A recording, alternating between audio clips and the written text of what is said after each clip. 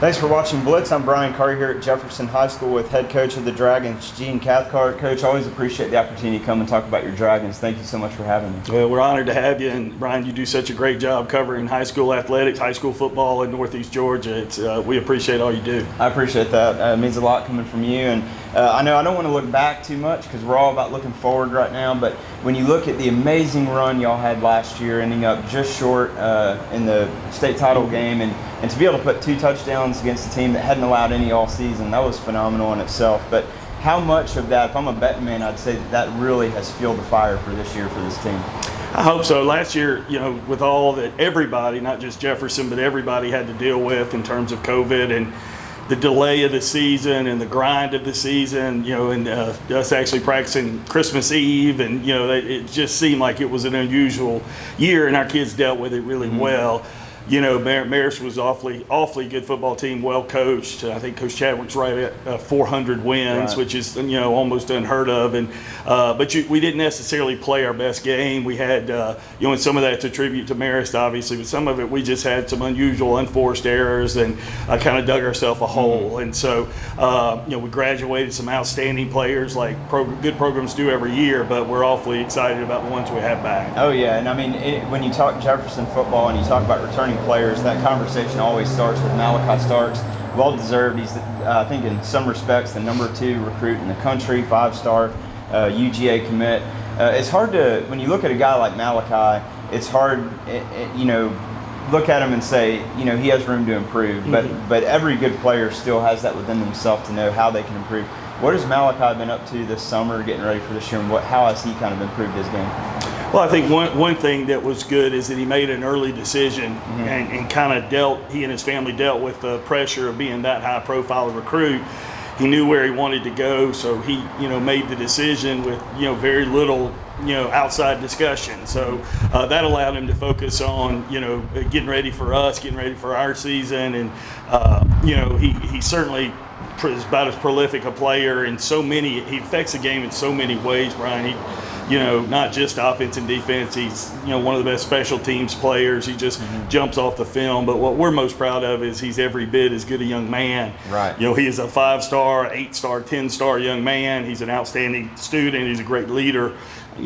For our football team, and I certainly think he is sometimes his most harsh critic, and there's a lot of things he'd like to improve on this year.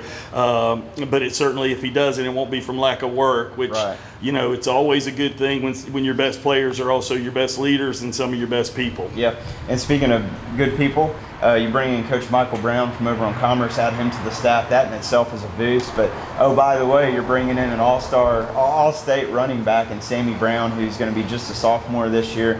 Talk about how good of a fit they've been since they've come, especially in particular Sammy, and how he fits in with the offense. Well, other than my pretty blonde-head wife, Michael's the best steal that we've ever gotten, and I've ever gotten. He's such a great person, first off, along with just being one of the top coaches in the state. And we had discussed this a few times, and it just worked out this time to our, it just made us so much better. Adding him to what's already one of the best staffs I've ever been a part of. But, wasn't sure, we offered Michael without knowing if Sammy would stay, Sammy would come. It wasn't one of those things where it was Sammy driven, it was Michael driven, Coach Brown driven. And, since he's gotten here, Sammy's been elected within being a part of our program less than a few months to being on our leadership council. And he's just assimilated really, really well. He's already one of our team leaders, great personality. And like you said, not only a great running back, he also can be an emergency quarterback. He's, one of the top linebackers that will be on the field either side this year. He's just a tremendous all-around player and unselfish and everything that you hope that the son of an outstanding coach would be. Yep. And with his addition, especially on the offensive side of the ball, I don't even know if you want to title it a problem, because it's really not, but it'd be a good problem to have. You got one rock and you got 3 Division I prospects to share it with.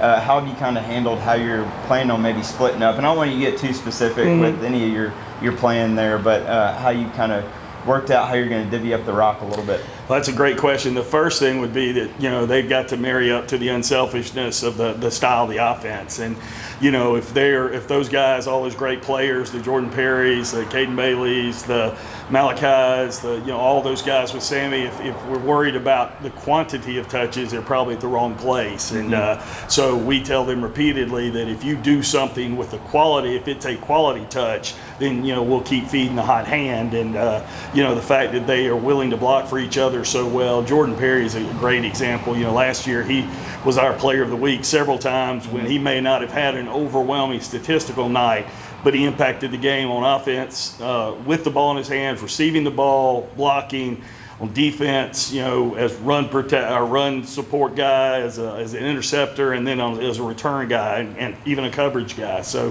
that kind of buy-in is so important to what we do, and to have, like you say, you're able to spread the ball out. You have these threats, and sometimes those guys can make impact on the game without even having the ball in their hands. Right, exactly. And then on the flip side of the ball, they all play a role on defense as well. But really excited about Caden Bailey. I know you lost some guys last year on that side of the ball that leave some big gaps to be filled. Talk about Caden especially. It seems like he's kind of ramped up his recruiting profile over the summer. Right, he really has. He's, weight room wise, all that sort of stuff. He's he's just had a tremendous off season. He comes back probably 10 to 15 pounds heavier, stronger.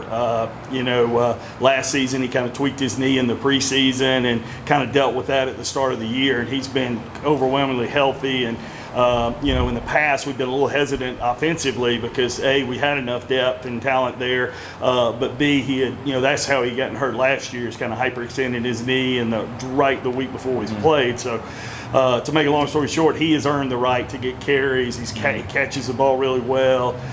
He just has a more dominant presence, like you think the son of Boss and the nephew of Champ would have. We're just really proud of how far he's come, and that's a great point, because I think even though you hate to say all-region, honorable mention, all-state player is a breakout player, he certainly could be a guy that ups it to the next level this year. Yeah, and I know you've never been a coach to shy away from goals and expectations and setting the bar high. When you look at this team and everything that it has coming back this year, and the way everything's lined up, what are your expectations point blank for this team this year?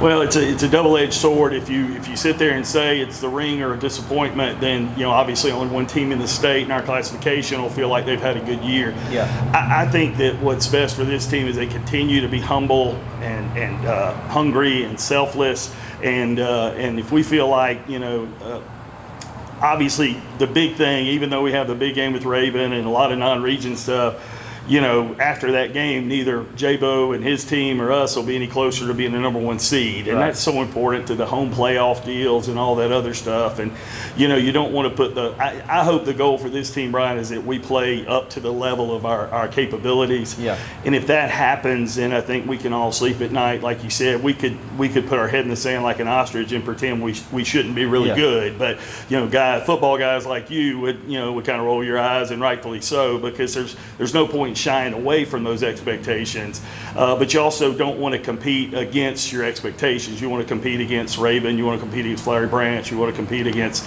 those teams and playoff teams. Yeah. And sometimes you can waste a lot of energy battling yourself and what the expectation is. So what we try to do is just try to take it one day at a time. If you're not careful and you want to look to December, then all of a sudden you miss these opportunities, and you're not really climbing every day to get higher and go up the mountain further. So I know this is a coach cliche answer, which I usually try not to give you, but in this case, I think just to enjoy every day with this group.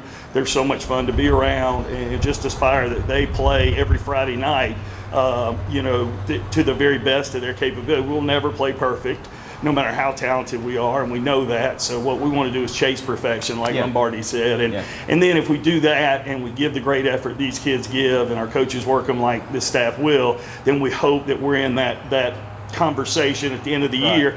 And then it comes down to a play here, a play there, an injury here, an injury there. But man, that's what you want to be, is you want to be in that small pool of teams at that time of year. Yeah, well said. Couldn't say it any better myself, and I know that expectation is high, but like you said, get one game at a time, one play at a time mentality. All the rest is going to take care of itself. But wish you the best of luck this season. Can't wait to see it all unfold. Well, thank you very much, Brian. We again appreciate everything that you do. It's an honor to work with you over the years, and man, you promoting these student athletes means so much to their families, their coaches, their teammates in this community, all communities. And so it's neat to be in a place football is important. I appreciate that. Thank you, Coach. Yes, sir.